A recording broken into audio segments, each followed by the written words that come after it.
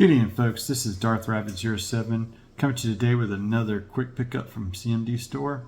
While I was on the trip up there to Dayton to see the eclipse, I saw the notification come in that these new arrivals hit the CMD store. So naturally I ordered it and it was here waiting on me pretty much, or on its way to me, well on its way. And so today it finally arrived. I thought it was coming tomorrow on Friday, but it actually came in on Thursday. Make sure to like, share, subscribe, all the stuff down below. Thanks again for tuning in. Let's turn this around and take a quick look at the newest CMD arrival. And on the turntable in from the CMD store is none other than the Bumblebee movie Studio Series Shockwave from the coolest 5-minute stretch of live action film. We finally got that Shockwave from the 2018 movie. It's the year 2024 and we finally got the 2018 Shockwave in Voyager form where it should have been, instead of this core class contraption that I just don't really care for. That said, let's take a look at that box art, and you got Shockwave looking very logical. You have him 22 steps, big screen inspired. Shockwave commands the Seekers to destroy the launch pad. And just an absolute awesome sequence. For those that have not seen this movie yet, you need to go watch it, or at least the first 5 minutes of the Bumblebee movie. But in my opinion, the Bumblebee movie is the best of the live action Transform movies. Let's get this Shockwave out of the box, but before we do that, let's pause and scan right here for in-store hunts. You may get lucky, you might find it. A lot of new stuff is hitting, so happy hunting, guys. Let's crack him up out of the box and see how cool he really is.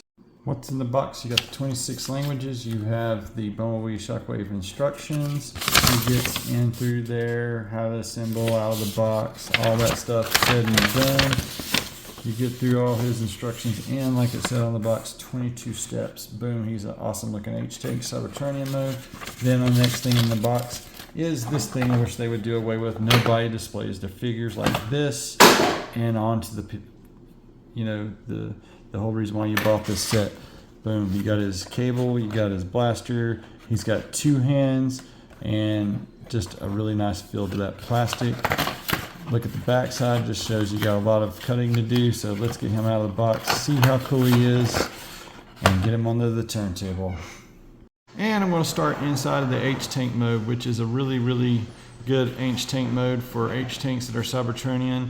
And that will be why I excuse the feet hanging out the front, the arms just laying back into the simple H, but it locks together nicely. You do have a cable that, if you look at the back of the box, it's painted here, but it's not painted there. So there's that. You can get a good amount of movement all the way around if you desire. You just come into where you get tied up with that, but you can unplug it and you can still get all the way around. It can raise up, but then you got a mold break because of the way it does inside of the robot mode. But I'm just trying to be thorough here. As you go around through there, you can just plug it back into the back again. Boom, you're back into a good standard set there. I like that aiming upward. I like it going forward pretty good. Still looks really, really good despite the hollow shortcomings of the cannon.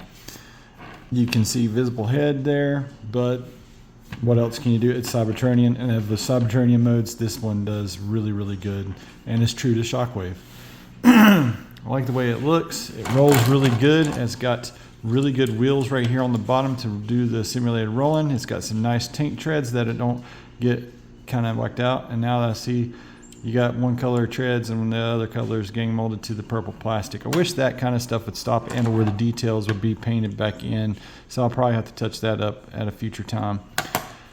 Not a whole lot. Well, I mean, you got your hollow spots here or there or whatnot, and then it's pretty, well, the feet's hollow. That's always like a staple hold, it seems like. Let's get him converted back into robot mode and see how cool he is in 3, 2, 1, and here is Shockwave from the Bumblebee movie robot mode. The life imitating box art in one form there or another as we spin the box around. So, I mean, you can do that, or you can get him all posed up here. That's about as good as it's going to get, guys, because he does have a little bit of hindrance when it comes to articulation as I go and pop his cannon off. Give me just a second. The rockers, while they are there, they're not very deep, so that's about the best you're going to get with that front of the box art pose. Just a little quick look around. You can see as you do the transformation of the tank treads, It reveals some hollowness there, so probably going to need to get some hollow parts filled in. I just can't handle that. And like I said, the way that it does with his arm, it goes up over the arm pretty good. The hand doesn't come out. Boom, there you go. And you got that going on there. And that's going to get me into the articulation parts of this quick review. That's where he kind of suffers. We're going to start off with the feet. And you got that hindrance, you got some wiggle waggle there. That's about it. You got some toe tilt due to the transformation, and it kind of mold breaks when you go to do that. And going up the leg, you got there above the knee, you get the knee like this far up. That's about as far as that's going to go. There's where I was saying you can do a little bit more due to the transformation. He does got like the knee swivel. He's got an upper thigh swivel there, and you can get him all the way into the full Van Damme-ish Shockwave style. He's been watching too many Van Damme movies. Going on up to the waist there, you do get waist articulation all the way around, and the robot should be able to go all the way around at the waist. I'll do like that. The head, you can get it all the way around. You can get a little wiggle waggle. No really up and down, just due to the way it is, just a waggle there.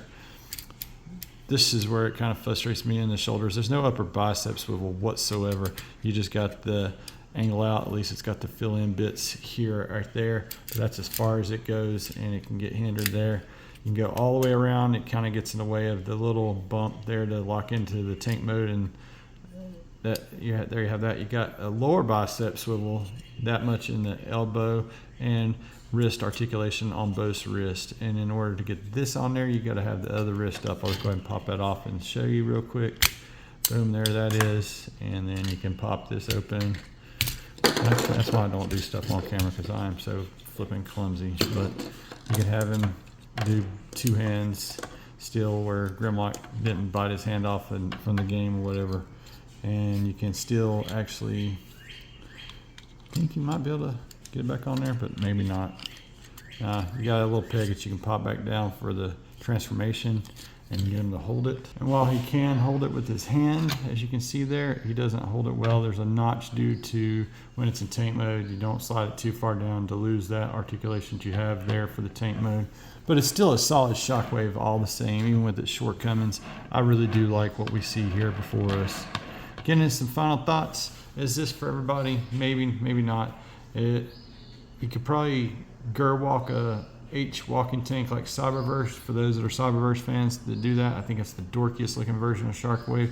I love that he actually folds down into a nice compact Cybertronian H tank, probably the best of its kind. I don't like stuff getting hauled out, but I understand what it's going for there. Kind of wish it had some stuff that would pop down or out whenever it comes to this, but the parts count would probably make it leader class then. And leader classes are pretty much this size anyway. He's big for a Voyager. I mean, really big for a Voyager, and looks great. The transparent plastic will worry me over time, but it is what it is at this point, guys. We finally do got the Bumblebee movie Shockwave. It does look pretty good with its negatives. I mean, I really wish they would stop shortchanging the studio series and give them all the articulation bells and whistles that these figures deserve. All that said and done, I still recommend this. This is a great figure to add to your Bumblebee Studio Series collection, and I have a thing for Shockwave. He looks great. This is even like a little harken back right here. If you got the IDW, he's got those Seeker things laying flat there. So that's I don't know if it's a mint thing or if this is just a thing that they did, but you can see the Seeker stuff from that IDW popping through there. So anyway, that's about going to do it for Bumblebee Transformer Studio Series number 110 release of Shockwave. Thanks again for sticking with me this long. You guys make sure to like, share, subscribe, all the stuff down below. Thanks again for watching, guys. Have an excellent week out there. Until hour one.